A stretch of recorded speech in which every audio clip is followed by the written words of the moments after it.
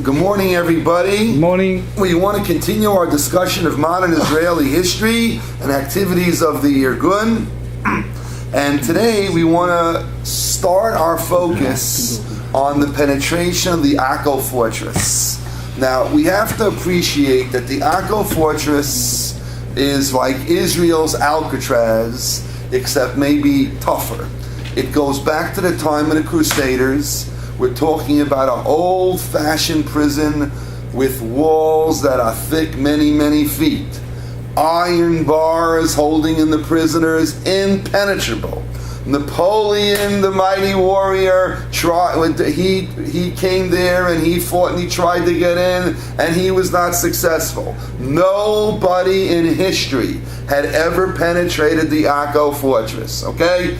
Jabotinsky spent some time there, all right, but the Irgunis are going to have to get him out. He got out because we mentioned one time Rabbi Koch Zeichet Tzaddik Livracha got a big petition and he got everybody from all the camps to sign it because he was a very important man, Jabotinsky. But there were many other Jews and non-Jews that suffered in the Akko fortress, and the Irgun made up their mind. We're getting in where it's supposed to be impossible. And I have to remind you something. Many, many, many years ago, I taught at a school, used to have here in your shul, Annapolis Hebrew Academy. And I taught a class a few doors down. It's a little boy in my class, Alan Rubin. Alan Rubin, I don't know if he lives here anymore. He must be around 35 years old, Alan Rubin, an adorable freckle-faced kid. And his father was an engineer. And at that time, this is 1981, London Bridge is falling down wasn't funny anymore. Because in that year, there were some major structures that fell down. And I asked Mr. Rubin, the father, you're an engineer, well, what's going on that all of a sudden things are falling down? He says, well, I'll have to tell you the story. In the old days when they built something, a building or a bridge, they didn't have computer imaging to get things exact. So you overcompensated. If you ever look at some of the pictures of the old bridges, like the Williamsburg Bridge in New York, you ever look at the bottom of that thing? It's incredible. And he said it used to be in the old days you never could be sure, so you overcompensated. So usually it worked. And some of you guys are thinking, Karp, you didn't see the hurdy-gurdy video of the Narrows Bridge out west, how that thing went down in the 1940s or 50s and all that. Amazing, amazing video. All right, so they got it wrong. But he said nowadays that we have things more calculated, we don't want to waste $1 on materials, so we calculate it to be exactly what we think it should be. And sometimes we're a little bit off. Except you're a little bit off with a bridge, you're a lot of bit off. So he said that's why some of these accidents are happening. You remember a few years ago there were small train bridges and near Fort McHenry, they were just collapsing. People didn't, it was getting very, very frightening. And then of course in Michigan, you had that big one, you had that big one. And I want you to know, my friends, I was on your bridge, I was on the Bay Bridge, when I turned on the radio and I heard the bridge in Michigan just went boom, and I was on your bridge. Great, amazing feeling. But Baruch Hashem, they did a good job on your bridge, whoever did it. But I'm mentioning this to you because the Akko fortress was built in the time of the Crusaders, 1200s. So it's feet and feet and feet and feet of heavy-duty stone and whatever else they used. So even though the Irgun had all kinds of explosives, they didn't have the explosives you used to drop, but they had all kinds of explosives. They didn't even have Earl's explosives, but whatever they had, this is feet of stone. Nobody ever got in there. So it's a big question, what are we going to do? So that's just to give you a little appreciation of what getting into the Akko fortress was, and the Irgun, Begin, Dov Cohen, they knew that if no matter what explosives you were going to bring from the outside, that wasn't going to be enough. They had to smuggle in through the underground dynamite into the prisoners because they knew their people knew there was no way they were going to penetrate this fortress without an inside and an outside job working simultaneously at the exact right moment. Because remember, we're talking multiple feet of solid rock that's been there for years, put together the old-fashioned way, and you got iron bars, and you got to synchronize it at the right time. So in order that you can get entry, exit, and at the British, who had the place manned extremely well, had almost everything covered, don't kill you.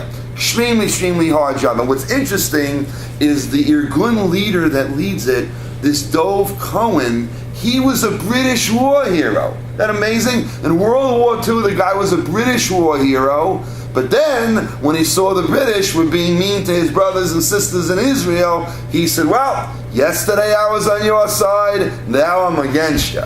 Which must have been very, very hard for him, because he was I wrote myself a note about, he was a Dov Cohen. I think he was a decorated British Army commando. He served all over the place in Africa, so it must have not been that easy for him to turn around. Who could be some of the guys he was there with? He had served with before. Who knows? But he recognized, I'm Jewish first. Everything else comes second, and he's willing to take risks. Before I forget, I won't mention. It's like the Entebbe story. Dov Cohen is not going to live through this. You know the Entebbe story? The lead fellow over there, he saved everybody miraculously, Baruch Hashem, and he got killed at the very, very end. Dov Cohen's going to be the same thing. He's going to almost be saved, but him and I think the two other fellas, they're going to save everybody else, but they're not going to make it. So, in order to get an appreciation of what would motivate a person to be such strong feelings that they want to save other people, other Jews from prison. So, first I have to remind you of a Rambam. We may have done this Rambam before, but you can't repeat this Rambam enough. So today I just want to give you some halacha background and part one of the penetration of the fortress. Now I got to tell you, you ever see the movie The Great Escape? I got to see that movie. I remember my mother watching it, but I was too young to appreciate it. When you hear about the penetration of the Akko fortress, what the Israeli did, like you're going to wonder, then maybe this would have made a better movie. Because what they did was absolutely, and just the military planning, and they still needed God's help. But you'll have to decide, because there's one point it looks like God was helping the British a little bit, but overall they get people out. But this is absolutely unbelievable, incredible military genius involved with these fellows. I do have to tell you a very, very funny aside. There's a part of Jewish history we don't like to speak about. Now, all of you know, the man that founded Las Vegas was a Jew, and we're not proud. There's a kosher restaurant in Chicago named after him. Anybody remember which Jewish gangster it was? He dressed very fancy. What? Bugsy Siegel? Yep. Rest in peace. Very fancy dresser. Doesn't look good in the pictures when his buddies gunned him down. So a Jew founded Las Vegas. Is there a Torah community there now? Yeah, my son even had a charusa from there. All right, but whatever it is, we don't like to talk about it too much. If you take out a book by Stephen Birmingham, I don't know if it's Our Crowd, maybe one of his other ones, but he will tell you about Jewish gangsters and how they helped Israel. And you can decide what to do with that. There was one gangster that was a bomb expert, and he decided before 1948, hey, I'm going to go to Israel and I'm going to teach him how to do it. And somebody asked him, why are you doing this for? You have banks to blow up here. He said, are you kidding? Over here, I blow up something, they're going to try to catch me, it's a crime, FBI's looking for me. Over there, I can blow up things for my people, and I can teach my people how to do it. This is my meaning in life. Now, I don't remember the guy's name. Birmingham's is the guy's name, but there was a gangster that went over there, and it's not real pleasant, but there were an awful lot of gangsters that when Israel needed weapons and nobody else knew how to get them there, they got them there real fast. All right. I will not apply the quote from the Talmud. I will not. Harbe shluchim lamakom. God has a lot of messengers. I'm just quoting the Gemara. I'm not applying it. I think that would be a little chutzpah for me to apply that there. But anyway, we just have to get an appreciation of a motivator, a Torah motivator, why a person should do just about anything to get somebody out of prison. And there's a lot of halachas about it. They're not pleasant. There's like halachas in Shulchan Aruch. If you only can get one or two out, then you have to make a choice. Who do you get out first? That's really rough. I'll just give you one nugget. The answer is a woman. Women always come first. Why? You can use your imagination. Alright, but anyway, that's how halacha says. Alright, so the Rambam says like this. Pidyon shvuyim, redeeming the captives. That's a mitzvah that comes before taking care of the poor, clothing-wise and food-wise. He says there is no greater mitzvah like pidyon shvuyim, because, and he's basing on a Gemara in Baba Basra that I have down there, he says because a captive person is in the group, as mentioned in the Psukim. If someone is in prison, they're in the category of the Re'evim, the hungry, the Tzmeim, the thirsty, Arumim, the naked, Va'omed b'sakanas nefashos, they're in constant danger.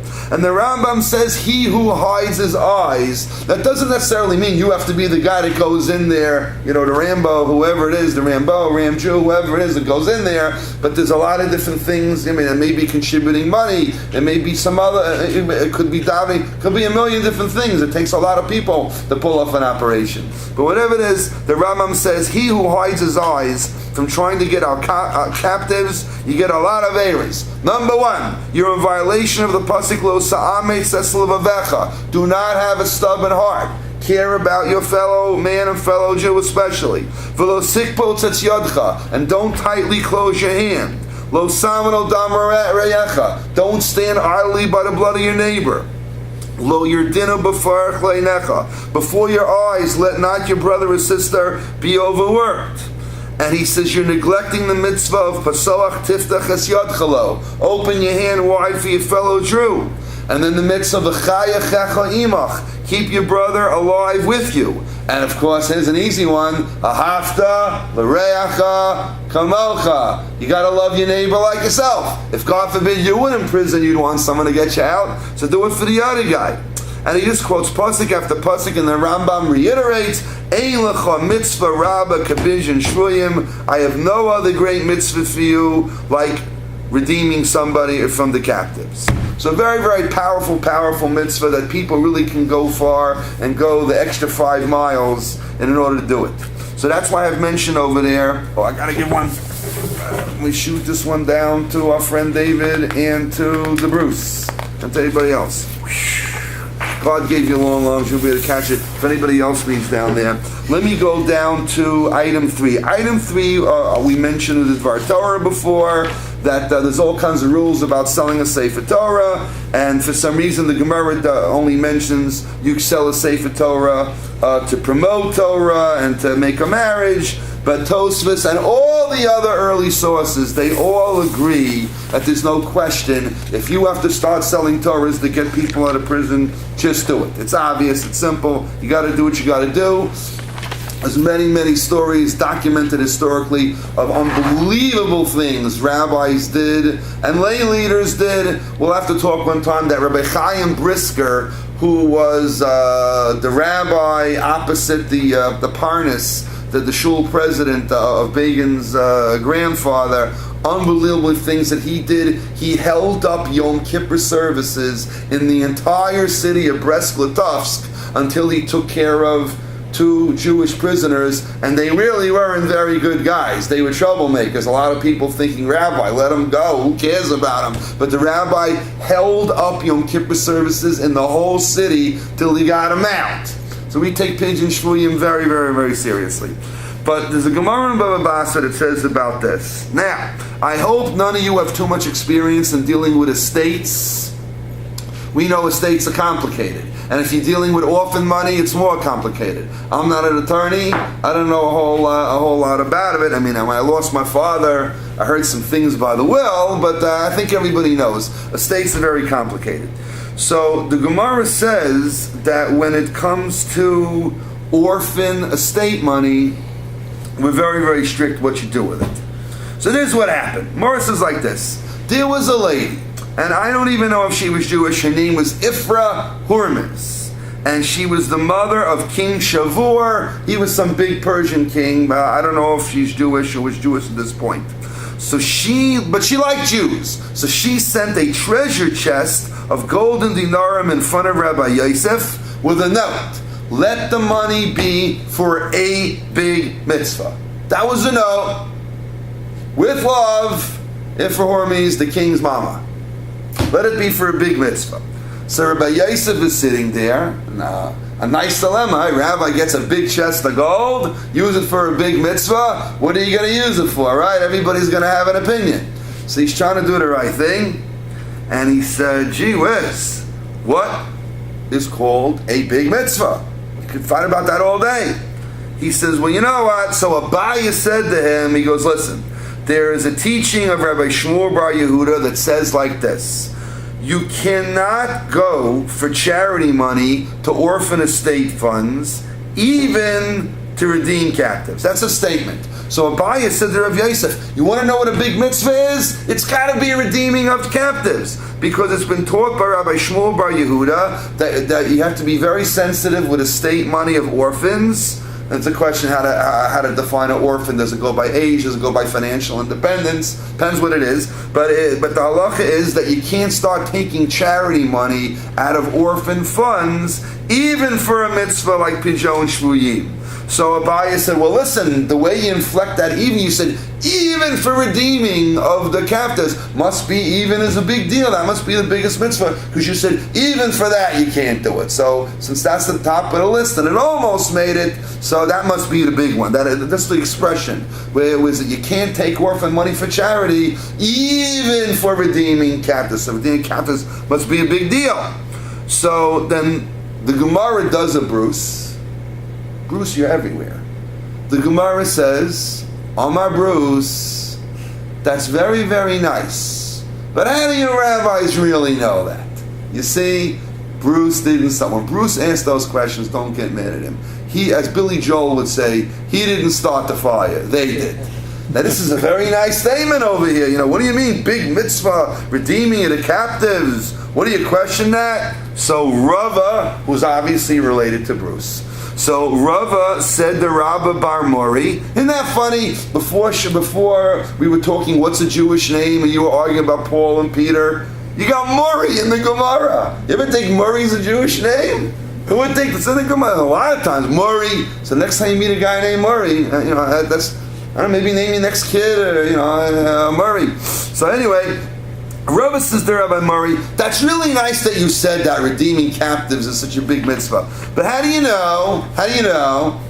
See, Bruce, you're not so bad. He says, so he was told, there's a pasuk in Jeremiah, who we just read his Megillah, Eichan Tisha B'Av, and the pasuk says like this, V'hoya ki yomrei lecha anu neitzei, and it'll be when they will say to you, where shall we go out? V'amarta lehem, you should say to them, this is talking about a time in history when the Jews are in really bad shape and getting punished in a lot of trouble.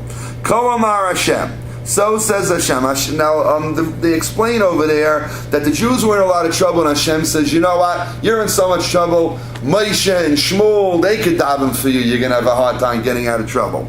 Ashir lamavis lamavis. He who's going to die is going to die. Vashir l'cherev l'cherev. And he who's going to get the sword is going to get the sword.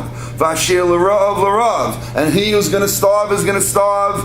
And at the end, vashir l'shevi l'shevi. He who's going to get captive is going to get captured.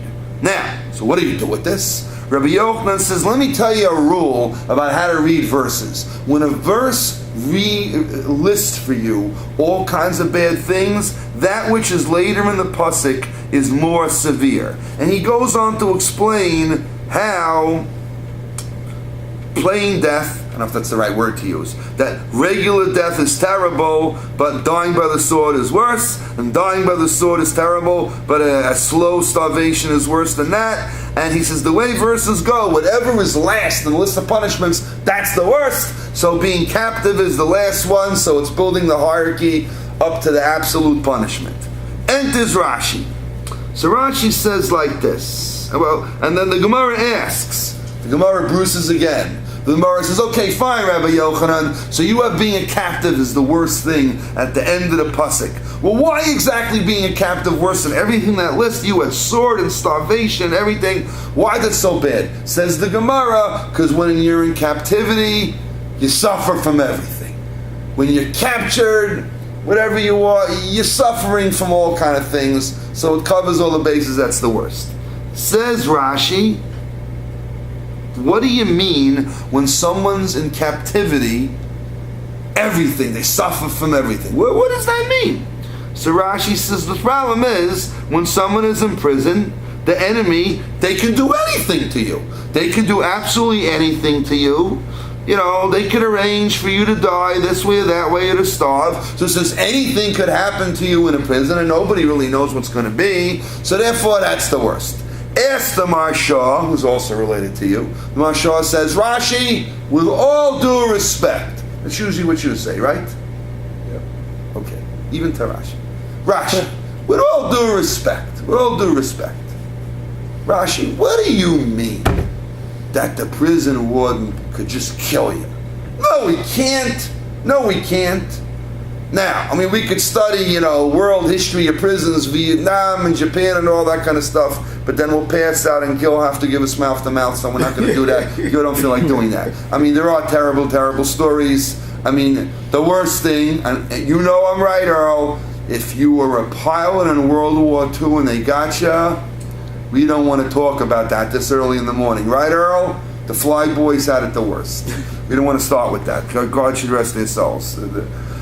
But anyway,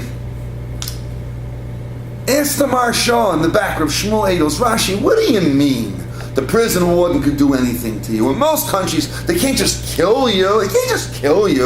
There's still some public opinion everyone's afraid of in most countries. So the Marsha says something interesting, which you may give me a hard time about. But the Marsha says, true. In most countries, when you're in the prison, they can't just kill you. But you know what? Prisons are a dirty, filthy, virusy place, and they can put you in any cell, and it's very easy to die. You get unbelievably sick. So he said, Rashi doesn't have to mean the warden can up to you and say, I don't like you. Bang, you're dead. Maybe in most countries they can't do that because it's some kind of a system, but he said they can subject you to horrible, horrible conditions, and that's going to kill you. And prisons, for most of our history, are basically a disgusting, disease-infested place where you can catch absolutely anything. So he says that way they can get you. So therefore, that's why it's the biggest mitzvah to get people out of there. So all these Gemaras and other like them are part of the motivation of behind what the Irgun has to do. So I just want to end off with giving you a part of the strategy. Getting the captives out of the Akko fortress. So first of all, even with the best dynamite they had at that time, whatever the gangsters smuggled in, you had to pinpoint where the Israeli army, the Israeli army then, is going to blow up the fortress from the outside and have the prisoners smash the bar, blow up the heavy iron bars and do damage from the inside, and has to be synchronized perfectly at the right time, right place. You're a little bit off, forget about it. Now in modern times, you figure, I know what I'll do. I'll send a guy from Mission Impossible. He'll rewire the electric system. We'll send Peter Graves. We'll send the Shema Shabbos guy, Stephen Hill. He was the original Mission Impossible guy. Lives in Muncie. Never fool Shlema. They'll rewire the system, right? And it'll go in. Shh. That's not going to work in the Akko Fortress. You got to blow it up. So I don't know anything about explosives. You do, you probably do. But whatever it was, that's the whole case as it is. But here was the problem. They had to do everything in broad daylight. That ruins everything. They had to do everything in broad daylight because when you're getting the captives out of there, if you do it at day, it'll be rough. If you do it at night, security of the roads, the British, they would inspect absolutely everything. So you don't have the cover of night, which is a basic, that's 101. If you're blowing something up for escape, you want to do it at night. But they could not do it at night, because at night, the British security on the roads would be absolutely impossible to penetrate. They have to do it at day. So that's one thing, almost impossible. Number two, they needed a clear exit to get the captives and the invaders out. They also had to make sure that the British reinforcements couldn't get in the same way. Now think about that. You have to have, like, you're not sneaking through a tunnel. They couldn't do that. You have to have an open path to get the prisoners and your saviors out of there. So you need an open path, an open way. You have to get all the way out. But at the same time, you have to make sure that no British go down the same way. So your escape could be their way to get in. So, like, how are you going to do this? And then there was the biggest problem of all. The British were not stupid. The British knew how to fight. It wasn't just a prison. They had ring upon military ring upon military ring. Military base over there. They had guards everywhere. It wasn't just a fortress. They knew what was going on over there. So the Gun has to figure out, we have to not only figure out how to get in the fortress, it's surrounded by military ring, with watchmen up there with the best guns there was to have. And we got to get in, get out, broad daylight, and not get killed and save more than one person. So the key to it was, the Irgun figured out, as your mother would say, a Yiddish cup. They secretly installed an Israeli military unit, a ring within the ring, right under the British noses. Somehow they had their own ring of fire in the middle of the British without them knowing it set up. And that was their infiltration, and they're going to work everything from there. Whether it makes sense or not, but it's basically going to work. So I don't know. So whatever other help God's doing them, smart people deserve a lot of credit, but God's got to be helping them in the head also. So we're going to see actually what happened, and things didn't go, absolutely perfect, but they went pretty good, and the world was shocked because nobody had ever broken into the Akko fortress, and even when the dynamite and explosive worked, Begin says the opening with the best explosives of the time they had, it was like exactly big enough to get the men out. Not too small, not too big. It almost didn't work. It was absolutely incredible, but they were motivated by all this Torah, and they were motivated by a feeling of achrayus, responsibility, and because they knew there's got to be a state of Israel. And of course, this is going to happen in 1947. To be continued. Thank you very, very much. Feel free to grab something else fresh and delicious.